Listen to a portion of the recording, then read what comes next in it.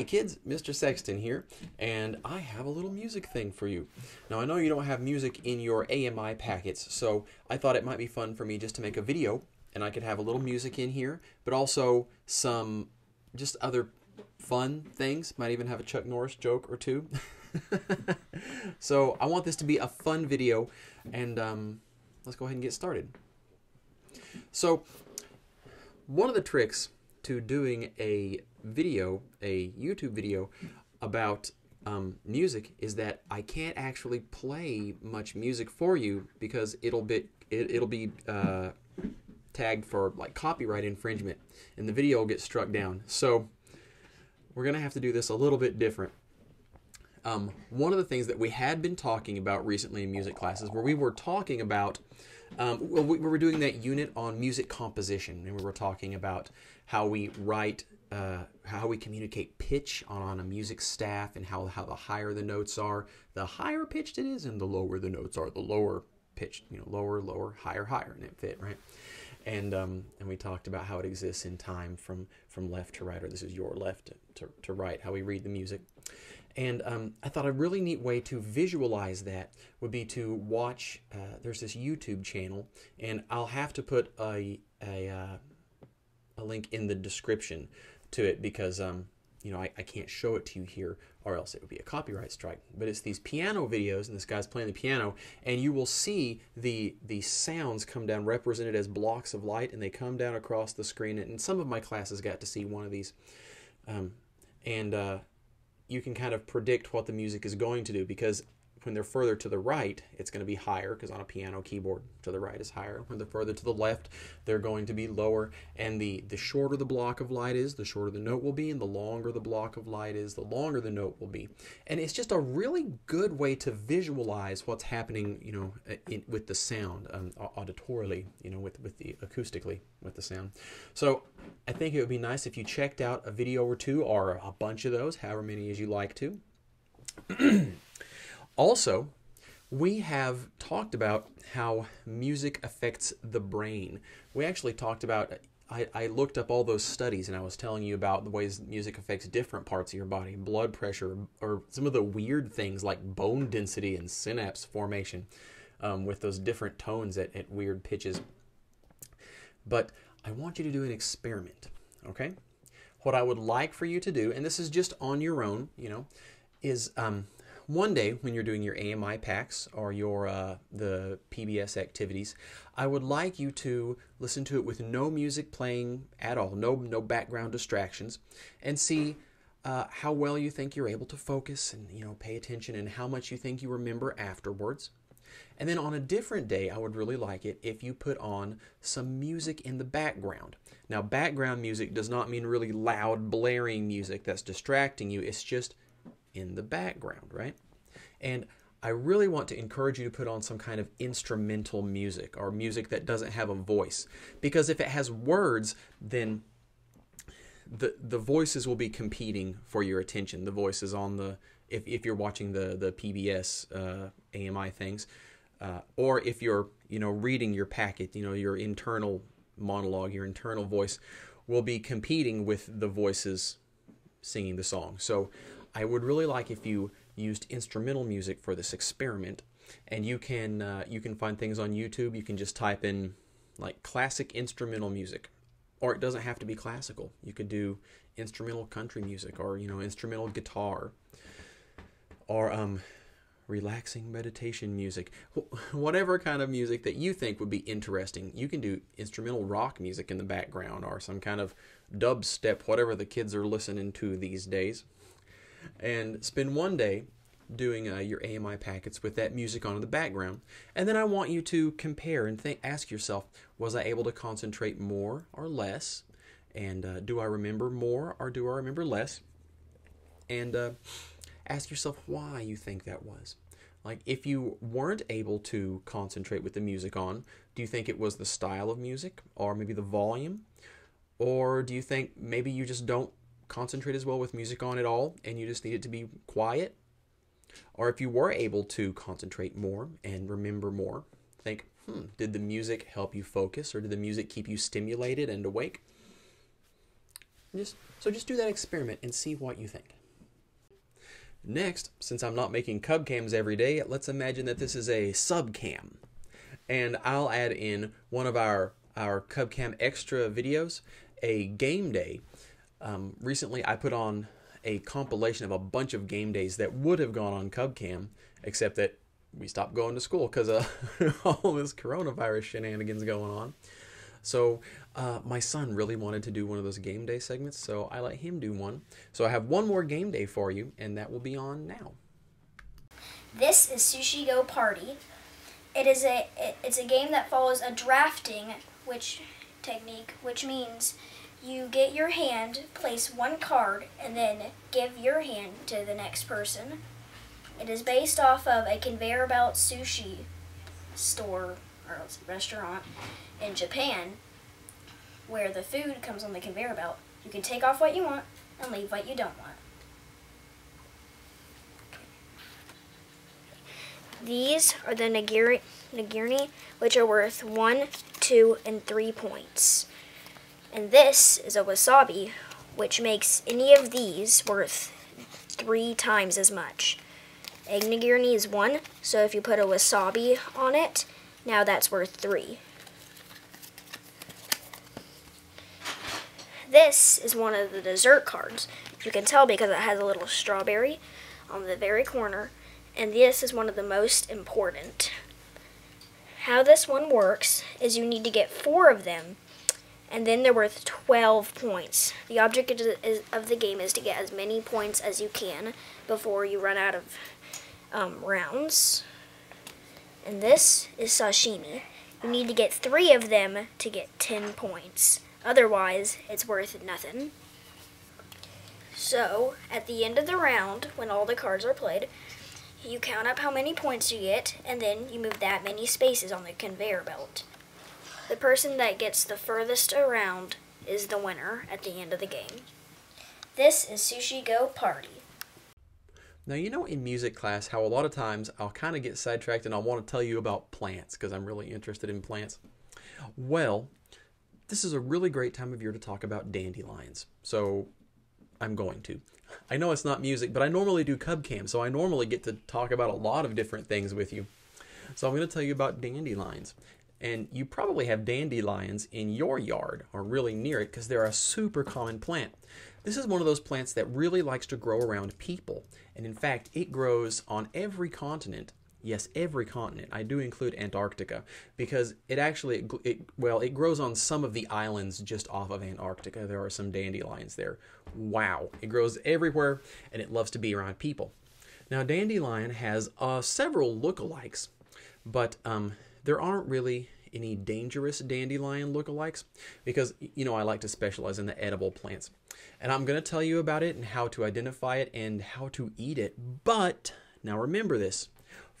First of all, don't ever eat a wild plant without your parent or other guardian's permission. Don't ever do that because there are some poisonous plants and I don't want you to get yourself sick or anything. So you've got to have a parent or guardian's permission. And then number 2, you don't ever want to eat any plants, even if you know what they are. You don't want to eat a wild plant if it's any place that has been sprayed by a pesticide or a herbicide because the plant's going to soak some of that up. And then if you eat the plant, then you're going to soak some of that up. And I don't want you to get sick from any of that either. All right, let's talk about dandelions. So dandelions are perennials. Perennial is a word that means a plant that lives many years. So annuals live 1 year, like our yearbook is called an annual, a year. And a biennial or a biennial lives 2 years. Bi means 2, and then perennial means many, many years. And dandelions have leaves that grow in what's called a central or a basal rosette. Oh, you're learning so much vocabulary today. You didn't even know this was coming because you were expecting music, and then here we are talking about plant vocabulary. But it's a good word. It's a good term. A basal rosette. So basal means at the base or at ground level, like base, basal. And then a rosette is like a rose or coming out from a central point in like a circle. So a rosette, a basal rosette, is when all of the leaves come out at ground level in sort of a circle from around this one central point. So you'll have one place at the ground where the dandelion leaves all come out of this one same point. And the dandelion leaves are jagged and they have kind of like toothy, like teeth on them. I mean, not like actual teeth, but they're kind of pointy. In fact, the name dandelion comes from the old French word for them, dent de lion, which means tooth of the lion, because they're kind of jagged and toothy. Now, some will have little indentations for little teeth, some will have big ones, some will be erratic. Usually the points curve and point sort of back toward the base, toward the center of that basal rosette. And the leaves are edible. Actually, everything on a dandelion is edible. But they can be bitter. They can be pretty bitter. They're really good for digestion, though, because that bitter taste stimulates digestive enzymes in your body to help you break down your food and to digest and absorb it better. They are dense with nutrition. Dandelions are probably healthier than just about anything you're going to get out of a grocery store. They're probably healthier than a lot of plants you could grow in your garden. They have protein. If you count the root and everything, there's proteins. There's all kinds of vitamins. They pull up a lot of minerals because they have a deep tap root. Now, they're kind of bitter, the leaves are. And those bitter leaves, you can get a lot of the bitterness out if you boil them. Or you can saute them in some oil, because everything tastes good like that. Boiling is the best at getting the bitterness out. Or if you pick younger leaves, they're not as bitter. Or if you harvest them after a freeze, they're not as bitter. But I don't think we're going to have any more of those this year.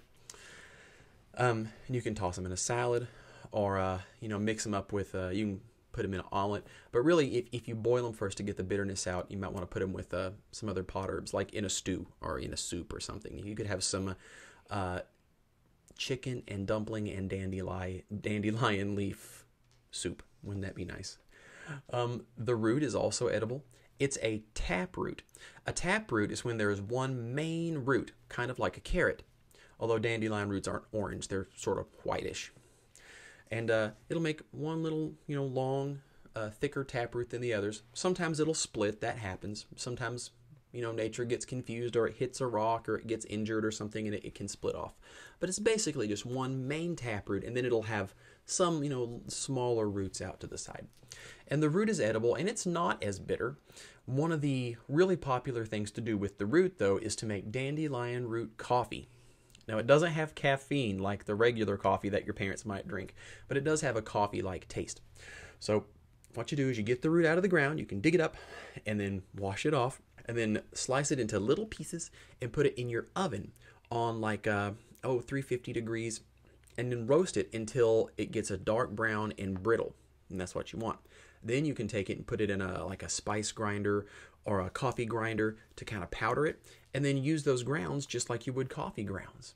And they're actually kind of good with some milk and some sweetener.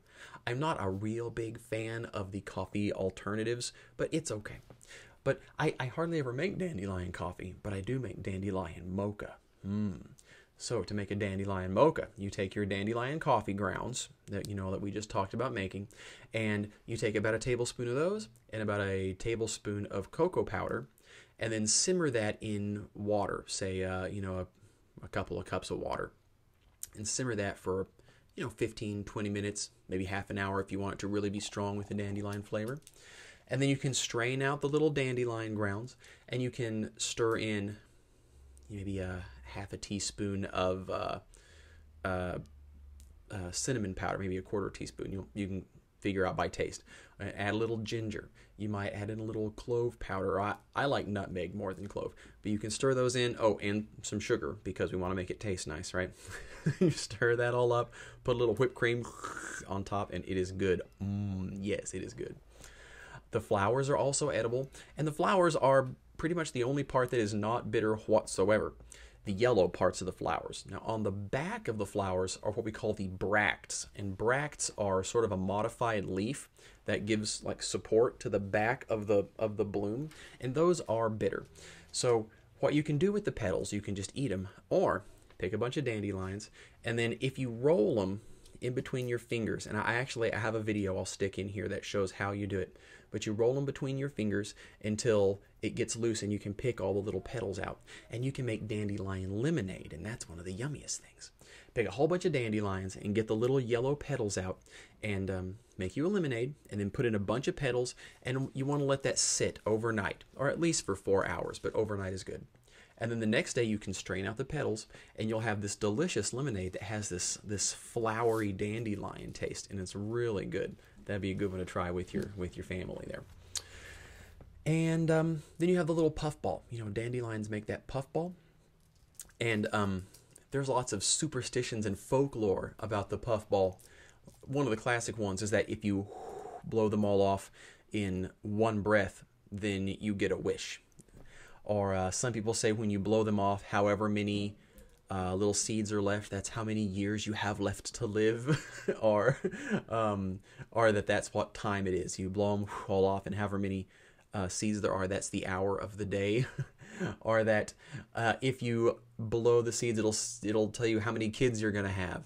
Or that if you think about somebody that you like, you know, some boy or girl that you think they're so cute, if you think about them and blow the seeds off, then the seeds will travel and carry your thoughts to the one that you like. So there's a lot of fun things.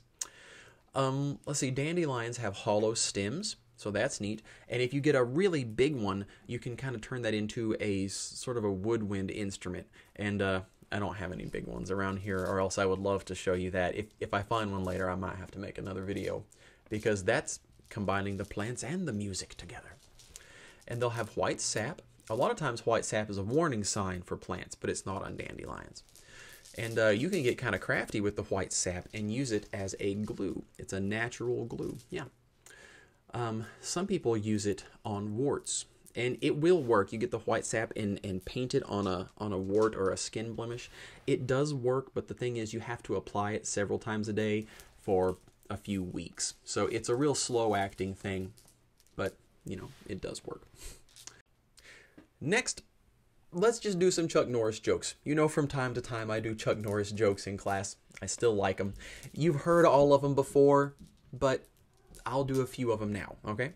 So somebody always says, who is Chuck Norris? Chuck Norris is a real guy. He's a movie and TV actor. He's a really talented martial artist. He's getting older now, but I mean, at one time he was like the world champion for something ridiculous, like 6 years in a row. I mean, he's an older guy. He could beat me up. I don't even doubt it.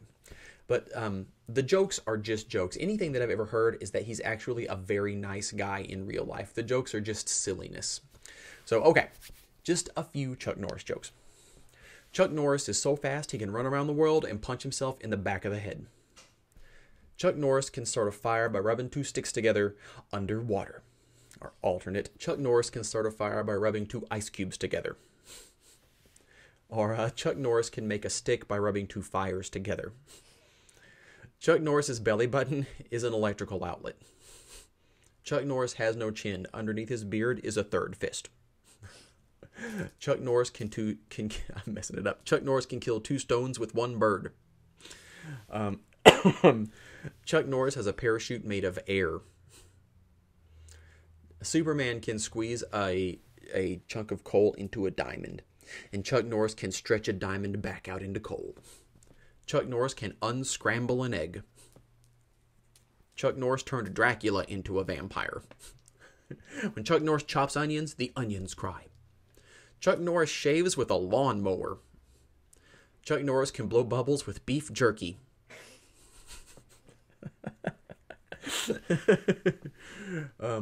Chuck Norris has counted to infinity twice. Chuck Norris can divide by 0. You'll get that when you're older, when you get into that math. Most people's favorite color is Chuck Norris. Fire doesn't burn Chuck Norris. Chuck Norris burns fire. I need to end with a good one. Oh, yeah. Okay, I'll get 2. I guess I better make it 3. We're going to end with 3. All right. Okay, 3 really good ones. One time, Chuck Norris was sharpening his pocket knife, and he slipped, and he cut himself on the knife, and the knife bled to death. Every night before the boogeyman goes to bed, he checks his closet for Chuck Norris. And the last one, Chuck Norris sleeps with a nightlight, but he's not afraid of the dark. The dark is afraid of Chuck Norris. Next, I want to talk about the best of the internet. Since we're spending a lot of time at home, I know that people are spending a lot of time on the internet too, and it's good to know some good, family-friendly, quality things you can find on the internet. So I have two suggestions for you today. Both of them are fun and very family friendly. I guess I have three because I linked to that one channel with all the piano stuff. That's really fun to watch. So that one's number one. Number two would be Daily Dose of Internet. It's a YouTube channel. It's all very family friendly and safe. And it's this guy that puts together little clips of interesting things that are on the internet or that are on YouTube, and it's equal parts educational, funny, and like beautiful. So he may have like landscape pictures where some drone has flown through over these, amazing mountain ranges, or over a lake, and you see people like skiing or waterfalls. Or you may have just funny stuff like cats and dogs acting funny, or there's one where a whale sneezes on a lady. and then these educational, really interesting things. Like I just watched one where there was a gemstone that's cut in a certain way that the way that it divides the light up, it always looks like it's pixelated. So it kind of looks like you're holding a video game item, no matter how you turn it. So you can give that one a view. Also, if you like watching Let's Play videos or videos of people playing video games, I know that those are very entertaining, but sometimes the hosts on those are not very family friendly for younger kids. So if you want to watch the shows of people playing video games, but you want one that's a good age appropriate one, I recommend Mr. A Game. Mr. A Game is based in Australia, and he plays a lot of Super Mario Maker and Legend of Zelda, and he's started playing some Animal Crossing. So if you like those games and you like watching those types of videos, but you want something that your parents will approve of, we'll get your parents' permission, of course, before you get online and watch any of these. But those are a couple of my picks for best of the internet. Well, I'm just about done, and I'll leave you back to your whatever you're doing at home right now. But I'm going to give you one fun little physical activity that I thought of for my kids and I wanted to share with you. Because we're all kind of cooped up at home and we get a little restless and a little stir crazy, and we need things to keep it fresh and to keep it fun. So I've been coming up with some physical challenges for my kids, and here's one I think you might enjoy. I call it the Great Hose Race, where we take the garden hose and stretch it out flat. And as long as it goes. And I go through and I make sure and I pull the hose up so that all the water is out of the hose, right? So it's straight flat hose.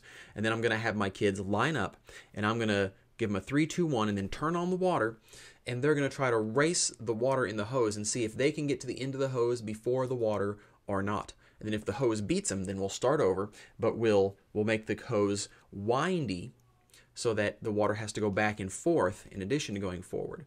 And then have them race and see if they can beat the water there. And we'll keep doing that until we find out exactly how windy the hose has to be before they can beat it, or they may just beat it the first time. I don't know. So it's one part physical activity, and game, and it's one part science experiment. And you might want to try that too. Make sure you get your parents' permission. Make sure your hose doesn't go out into the street or something. You use your good safety stuff. You may want to have an adult supervise. But I thought you might enjoy that. I hope you're all having fun. I miss hanging out with you guys and doing fun things and laughing at all the funny stuff in class. Hey, I would. This is on YouTube, so I'm not going to call it any individual kids, but I would want to say hi to a whole bunch of you individually. Well, I would want to say hi to everybody individually, but there's a whole bunch of you guys. I can't sit for an hour saying names. But I hope you're doing great, and I guess we'll see you whenever we see you, whenever all of this is done. Bye.